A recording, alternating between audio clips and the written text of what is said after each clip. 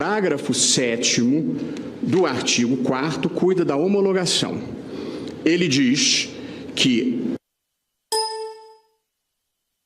o acordo será remetido ao juiz para homologação, o qual deverá verificar, o juiz da homologação, regularidade, legalidade e voluntariedade. Aí vem o parágrafo 11 do mesmo artigo e diz: a sentença apreciará os termos do acordo homologado e sua eficácia. Portanto, a minha leitura é a de que a legalidade é aferida no momento da homologação. No momento da sentença, o que se vai aferir é se o acordo foi cumprido ou não foi cumprido. Portanto, no primeiro caso é um juízo de direito, no segundo caso é um juízo de fato, saber se cumpriu aquilo que se comprometeu. Parece que aqui há uma contradição. Desculpe-me.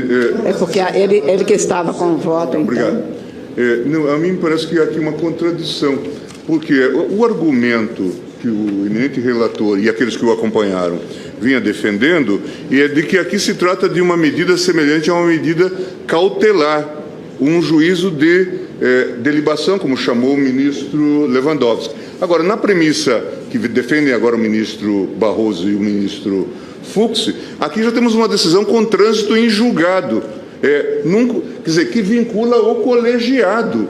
A mim me parece que há uma contradição, porque o argumento que o ministro Toffoli usou no multicitado acordo é de que se trata de uma previdência de instrução.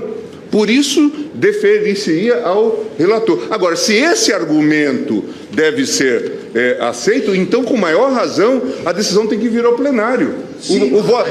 O voto do ministro relator me parece que não corresponde àquilo que se está lhe atribuindo, e nem corresponde ao voto da ministra. Eu estou chamando a atenção. Exatamente. Eu estou chamando a atenção para isso. Mas, não adianta votar com o relator e entender diferente. Exatamente. Vossa Excelência está colocando uma outra premissa. E mais do que isso, agrava a questão sobremaneira. Porque há uma contradição aqui. Uma coisa é dizer que se trata de uma medida cautelar de produção de provas, portanto, só o relator pode fazê-lo num procedimento sigiloso. Poderia vir a plenário para efeito de referendo. Até me parece que isso seria consentâneo. Agora, se afirma que essa decisão ela ganha foros de definitividade, por que não dar ao relator já o julgamento do processo e suprimir o colegiado? A mim me parece que é uma contradição gravíssima. Não, eu não sei se Vossa Excelência se recorda, mas eu tenho aqui arquivado um Spark que nós trocamos no julgamento, quando eu sugeri, disse a Vossa Excelência, talvez não fosse o caso de a homologação, tendo em vista que há um critério de legalidade, passar pelo plenário do tribunal, a de referendo, Vossa Excelência se recorda disso. Não, mas é a posição que eu tenho defendido. Pois é, mas isso conjuraria todo esse problema. Está na lei? Não é o que está na lei. Não, mas a contradição haveria se o Ministério Público pudesse negociar com o delator, assim, você entrega as mais poderosas autoridades da República com grande poder de retaliação em troca de prisão domiciliar. E depois vem o Supremo e diz, eu considero que esse acordo é ilegal, você vai para a cadeia. Porque isso desmoraliza a colaboração premiada. Mas a maior autoridade judicial do país é o Supremo Tribunal Federal. Quem é o titular da ação penal é o Ministério Público. Se ele pode nem denunciar... Quem vai avaliar a legalidade... Não, mas espera aí. O Ministério Público pode não denunciar. Se ele pode não denunciar, por que ele não pode dar uma pena menor?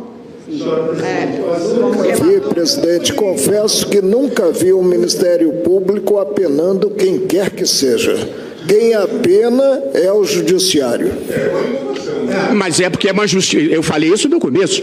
Nós estamos combinando a jurisdição criminal tradicional com uma categoria nova que é a autocomposição por justiça negociada. É por isso que eu acho que é perfeitamente legítimo que o Ministério Público convenha, inclusive, qual vai ser a pena que se vai submeter negocialmente.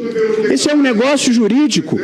Essa ideia do oficialismo permanente. Agora, essa ideia de que se eu não gostei da colaboração premiada, eu vou invalidá-la, isso é a desmoralização do Instituto. Presidente, eu fico muito Não é isso. Eu gostaria só que deixássemos o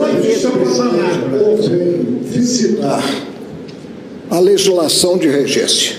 E entre as múltiplas leis que versaram a delação premiada, e a primeira é de 86, se não me falha a memória, deixa eu conferir,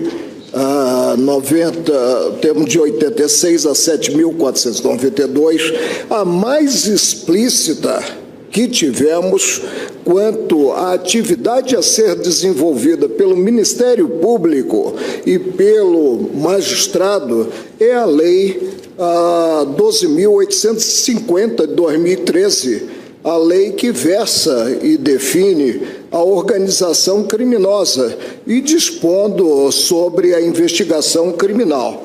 O que nos vem do artigo 4º dessa lei?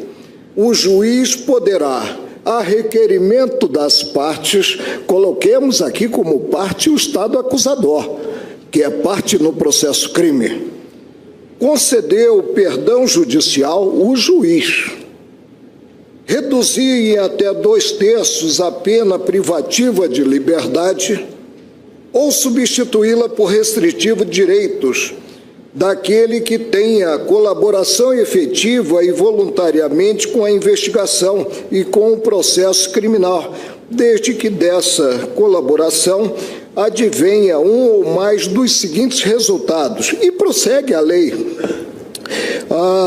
tendo-se o parágrafo 2º, considerando a relevância da colaboração prestada, o Ministério Público, a qualquer tempo, e o delegado de polícia, nos autos do inquérito policial, com a manifestação, nesse último caso, do Ministério Público, poderão requerer ou representar o juiz pela concessão de perdão judicial ao colaborador, ainda que esse benefício não tenha sido previsto na proposta inicial, aplicando-se no que couber o artigo 28 do Decreto-Lei 3.689, de 3 de outubro de 1941. Daí eu ter dito, presidente, que é um binômio. Uma coisa é ter-se a outorga dos benefícios. O único poder que pode proceder a essa outorga é o Poder Judiciário, é o juiz, é o órgão equidistante, consideradas as balizas subjetivas do processo. Outra coisa diversa, e também não podemos compelir o Ministério Público a fazê-lo, né, é deixar o Ministério Público, como ressaltou o ministro Celso de Mello, quer contenha o acordo cláusula ou não, nesse sentido, de apresentar, de ofertar, como se costuma dizer, a peça primeira da ação penal, que é a denúncia. Agora, é claro que o julgador, sensível aos parâmetros do caso concreto, tomará como uma sinalização o que foi versado em termos de benefícios na delação premiada. E digo, presidente, que no caso concreto, eu acredito piamente que o Procurador-Geral da República tenha feito um bom negócio jurídico penal.